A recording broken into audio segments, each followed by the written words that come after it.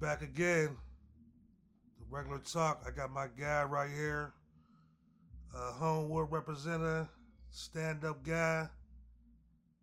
This guy look you in your eyes, say he's going to do something. He's going to do it. Kids love him. He's a leader down there in the Homewood field. Give it up from my guy, Coach Mood. What's up, Coach? What's going on, brother? How you doing? Hey, man, another one, man. I wanted to pick your brain, man. A lot of people I'm fans of that inspire me as well. My peers, I want to just pick your brain, get a little information from you, man. So, but I pretty much want to start from the beginning, man. Tell me about Homewood, childhood days in Homewood. Man, so, I was born 1981, man, like 43 years old, man. And, my dad was very instrumental in my early childhood. We lived on Idlewild, Tioga. Then we moved to Shetland and Lincoln. Then we moved to Wilkesburg. But my dad always was like planted in Homewood. Like he was one of the ones that started the Black Arts Festival, the Harambe. When Homewood football started in the 1960s, and my dad's involvement was in the late 70s, early 80s. My older brother played, I played. He helped Coach Eck, Mr. Hawkins. He was like the wise one on the team. Like everybody came to him for counsel and stuff like that. And he was like the conflict resolution dude. My dad was real big on, for us, by us. He was real big on loving us, loving our community. And people, old heads that I talk to will tell me like, my dad never said nothing bad about anybody. That's one thing they remember about him. So he impacted my life a lot as I'm growing. Like when I was younger, I didn't really realize it, but when you get older, you realize how, your dad impacts you. You know what I'm saying? So like I take that and run with it. And it's like you need mom and dad, right? But for the boys specifically, we need the dads, man. The dads got to be involved because, we kings, we royalty. So it's like I take that mindset into everything I do. And, I went to Westinghouse. I graduated, went to college here, went to college there. I took a brief stint from college where I was on my little music tip. You know what I'm saying? I was in LA for a little bit, New York. You know what I mean? Then I came back, graduated from Pitt. And then as soon as I graduated from Pitt, my goal was, I'm gonna take my son to play for Homewood. And when I came back to Homewood, football, like, it felt different than when I came up in it. So my goal was to bring back that feeling, that feeling that I had when I played. And, that's basically what I did. I volunteered, Coach Mo, Coach Lil, Coach Tay, they was running it at the time, and I basically was like, whatever y'all need me to do, I'll be the worker. So I was putting in the work, and then after a while, like after years, them dudes been there 10, 15 years, and they was trying to move on to the high school and things like that, so they passed it to me. When they passed it to me, the first thing I did was like, man, we gotta be official. Like, we gotta get our nonprofit status. We gotta get that insurance, because this is the stuff, when you try to go after this money to provide these services, this is the stuff they tell you need. You need to have that nonprofit status. You need to have insurance. You need to have this, that, and the third. You need to have a board. I need to have board meetings. Why though? Why do you think it's that hard? Why they make it so hard for us to do that? Because they know we don't got the technical assistance like that. You know what I'm saying? And when I'm in these meetings, bro, I'll be like the only face like ours in these meetings. And it's like, I feel like I have to let it be known, like there'll be times where I'll have a good idea about something and I'm doing the work, I'm doing it, but because I don't really have the technical skills to put it in the words of this particular grant, I'm just washed out of the equation. So I'll get in these meetings and I say, what's y'all real goal here? Is y'all real goal to affect change or just to have proper language in a grant? You know what I'm saying? And I'm real big on pressing these you know, these organizations that fund things, I'm real big on pressing them like, man, what I'm doing might not meet what you got listed. You need to change what you're doing to, if you're trying to address the problem, because they get money, they get donations to address a problem. So if we trying to address if we trying to bridge that education gap, if we trying to stop the violence, prevent the violence, whatever, like this is what you get money for. So if you see dudes like me and you who are out here actively preventing stuff from happening, actively affecting these kids' lives, what else do you need to see? Like that's where the partnership comes. Where we gotta work together. Where they gotta help us like we help them and come together. Like, all right, this is what we need. This is how we can do it. We got somebody that graduated in nonprofits, somebody that knows how to write grants. Let's get them with you. Let's talk it out. Like this is the type of stuff I said they gotta, if they really trying to affect change, it's like it gotta be a partnership where they're willing to, come down to our level and help us get up to the level of what it needs to be, like when you're going after these grants and stuff. And sometimes I feel like, man, forget the grants. Like, you know what I mean? But what I'm learning over the years is like, man, if you don't really have the resources behind you, you know what I'm saying? If you don't have the resources behind you, you can affect change, but I'll be real big on big change real fast. Cause the problem is just too big. You know what I'm saying? So we can help out 50 to 100 kids, but then it's 1,000 other kids coming next year, and then 1,000 the next year, then 1,000 the next year. So I'm like, whatever we do, I really don't be wanting to be a part of nothing that's not gonna be big change and fast change, Why can't we be the resource? Like, why do we gotta go out to them? Why ain't there like a group, like remember when I being young, like a Coach Sheffield, where Coach Sheffield could be the treasurer and Eccles could be the president, and why don't we have that own thing in our neighborhood where we can pass out money and everybody's donating to some certain type of cause? Like, why do we got to keep going out to them and waiting for money to put in our neighborhood that they don't ever come through? Man, that's a good question, man, because I feel like Mr. Sheffield, man, he was like one-on-one. You know what I'm saying? Like, ain't many dudes that's coming up like him, and I feel like the people in our community in those positions, I can't say they don't give, because I done received a lot from people in our communities. I don't know, man. That's a good question, man. Like, I definitely feel like we should be putting our research together to help one another. You know what I'm saying? You down with that Black Project 2025? I heard about it. Yeah, man. Like the thought process behind that, man, is what I be on. I be on, man. We don't need nobody. Like even when we're wrestling, when I started the wrestling program, J Fad came to me and was like, man, he been trying to start it for years, and I said, bro, this is what I do. Like, I'm gonna start these programs. So it's like, you know what I mean? I told him what we needed to do. Like, I presented the organization in front of that Keystone, in front of like 50 white faces. You know what I'm saying? Like, I felt like, I was like, man, I don't like how this is going. I'm like, we don't, like, they got their own, and we like, I feel like we, you know what I mean, coming into their space and they don't really like it. I'm like, we can do our own. I was like, man, we can build, like just how we built Westinghouse Wrestling, we could build Garfield Wrestling, we could build Lincoln Wrestling, we could do it just like the football, the same strategy to where we have our own. And then when you come into the table now, it's like they know we the real dogs over here. So it's like now they're gonna be more accepting of like, cause they need that competition to get to the next level. How'd you get into coaching? So when I came back, it's too funny. So like, when I came back to Homewood football, right, it's a funny story. Like, it's two coaches, I ain't even gonna say their name, right? They coached the babies. I had my oldest son, Seuss, on the babies, right?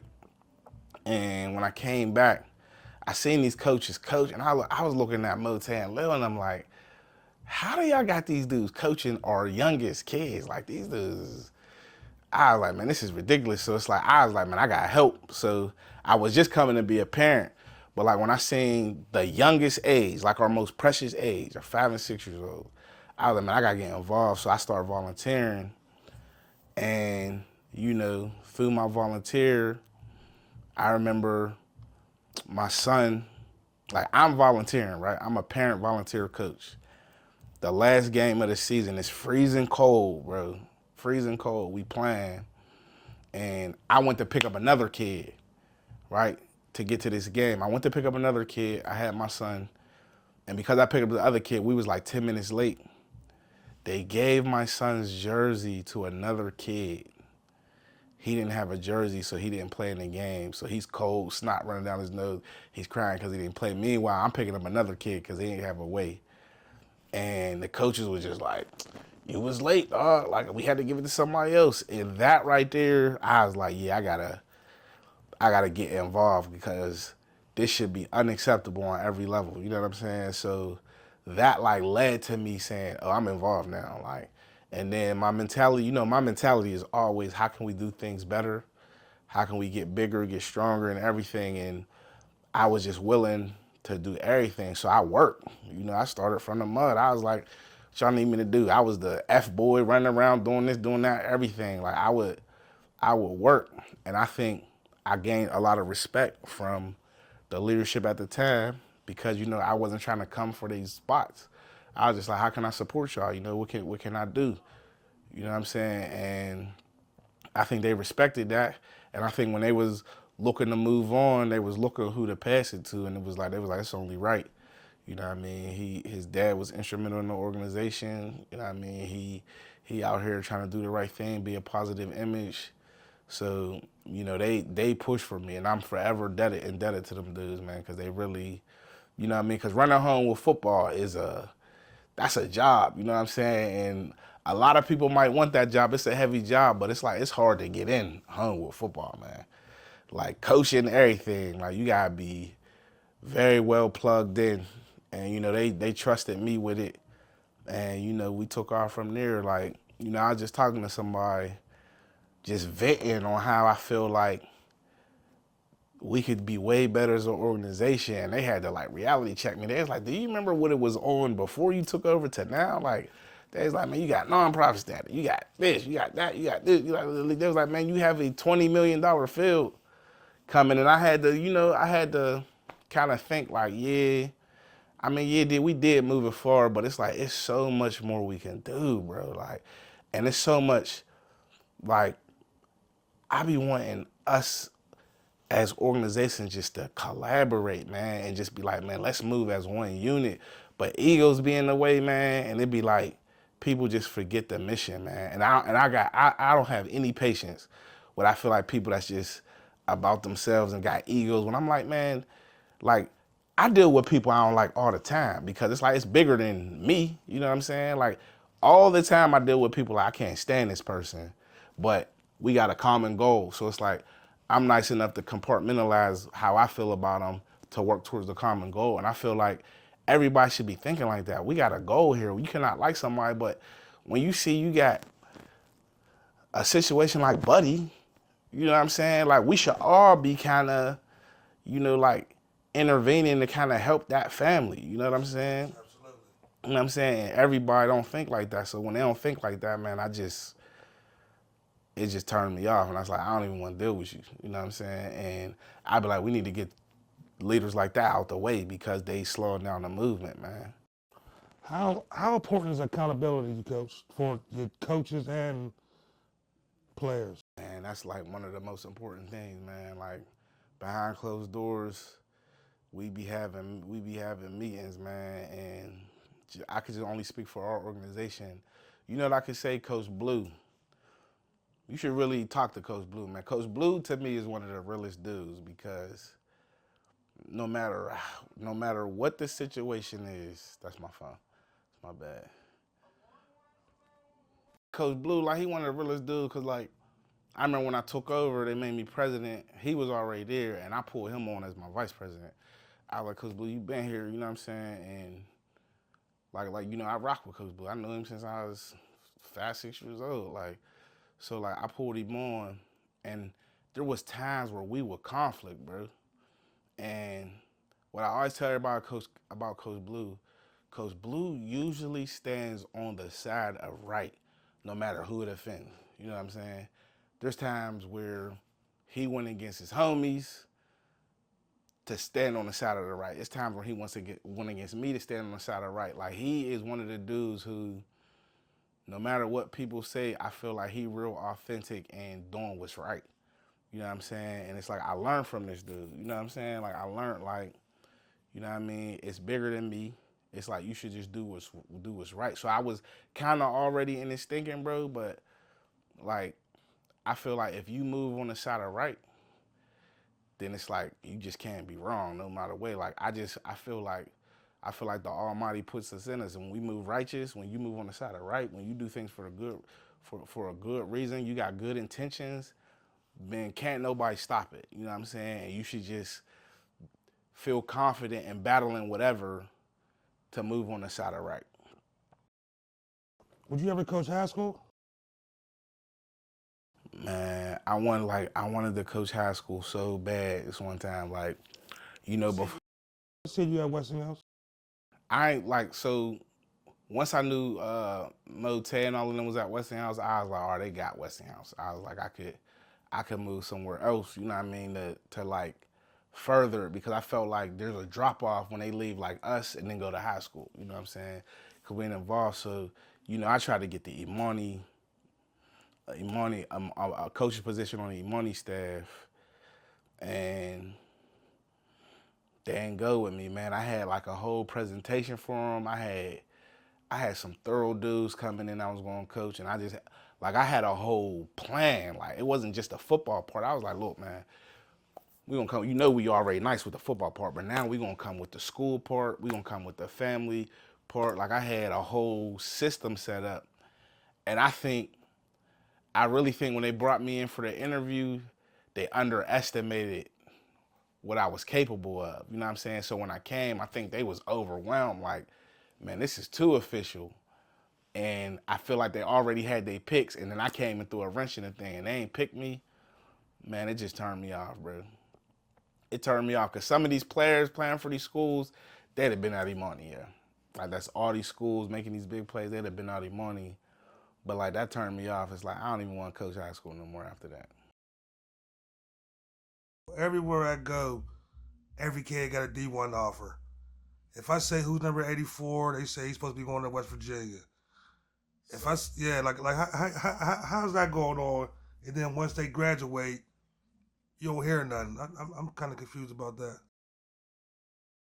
So like I was too, but then I did my little research, and it's like a trend now. So if one coach gives a kid a D1, like, you can't even really sign until your junior year. So if you're a freshman, sophomore, and you get offered, coaches will give you a D1 offer, because if you do pan out to be that type of player, they don't want this other coach to have a one-up on them. Like, oh, he offered him as a freshman. We just now offering him as a junior. You know what I'm saying? Like, so coaches would throw that offer out there, but it's definitely legit, though. You know what I'm saying? As long as you keep elevating each year, then those offers will stick. But if you don't elevate, if you ain't doing these camps, if you ain't staying in touch with the coaches, if you out here smoking weed or trying to be in the streets, you know what I'm saying, and not focus on school and academics, these players lose them offers, man. You think about Pitt, man. The pipeline. Why? How come we're not the pipeline with Pitt, like the inner city kids? Like, why ain't we straight? A lot of kids from Florida go to Florida State. Yeah, I think there's a disconnect, you know what I'm saying, that we were building on. I think prior to, Dayon Hayes, Debo, that played for us, prior to him going to Pitt, I don't think, City Kids was on the radar of Pitt at all, really. You know what I mean? I mean, they did have Kevin Barlow back in the day, a couple other dudes, but they wasn't really, Rod Rutherford. yeah, Rod Rutherford. They wasn't really on us like that. You know what I'm saying? But I think once Dayon came, he like connected me with him, like, cause Pitt donated to us several times, and once they built that engagement center in Homewood, we was like connected with Pitt, and I think they were starting to kind of like, oh, the city, you know what I mean, they got kids to where they've been actively recruiting some of our top kids, but they competing against Penn State, man. like you in the same state as Penn State, it's like it's hard to compete against Penn State, especially if you ain't winning like Penn State. Like I think if Pitt started winning, I think they would. A lot of kids, a lot of our top kids that sound with these other schools will be coming in the Pitt, and then that'll build the pipeline because they'll be like these kids locked in. But like Coach Bates, the D coordinator, that's my man. You know what I'm saying? Like he be hitting me all the time. Like he be checking them social medias. He be like, yeah, Coach, I seen this, that, and the third. Or he'll say like, Coach, why your one coach coming that Pitt? He don't know what we be doing for the organization. I'll be like, nah, Coach. I'll rap to him. Like, so it's like they got some coaches that's really down for what we do. It's just, you know, I think we in the age of a winning culture, you know what I'm saying? So if you ain't winning, kids ain't likely to try to go to you when they got an opportunity to go to another school that's winning. What's next for Coach Moo? Man, I think I'm moving towards more the academic route, you know what I'm saying? Like, because our kids struggle so much with literature, man, reading and ELA. Like, I don't know if you ever noticed, you check a kid's report card, they'll have A's, B's, ELA, D. A's, B's, ELA, D. It's just a consistent thing with everybody. And in my research, like, that's one of the highest, that's if kids are not reading on the grade level they are more likely to go to jail. That's one of the most, all these kids that's in jail, all these kids that's getting murdered, committing murder, robbing, doing all this, selling drugs, doing all this. If you check, their reading was not up to par. So I feel like, you know, I gotta move into the academic realm more. So I think that's what's next for me, man. I'm gonna just try to figure out something to where I can help these kids read and get better at reading. And I think that helps because reading, man, like I read books, you know what I'm saying? Like, and I read multiple books. It's just when you get information, it gives you just a different way of thinking. And I be trying to teach my sons and everybody, like, man, you gotta read. Like, you gotta just, even if you scrolling on something, read an article. You know what I mean? You gotta want that knowledge. You gotta read. And I read a lot of stuff about the Ottoman Empire.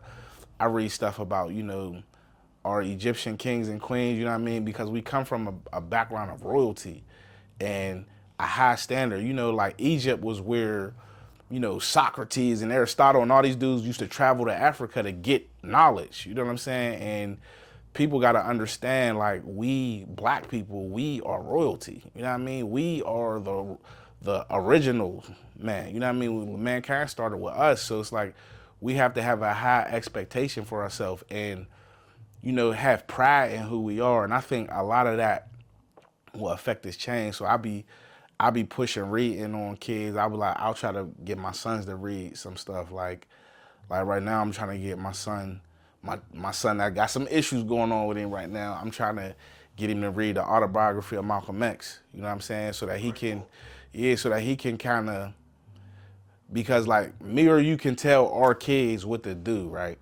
But it's like sometimes they don't receive the message from the parent that's right there with them, that's giving them the road to success. You know what I mean? Sometimes they gotta either see it for themselves or it gotta come from someone else. So it's like I think that book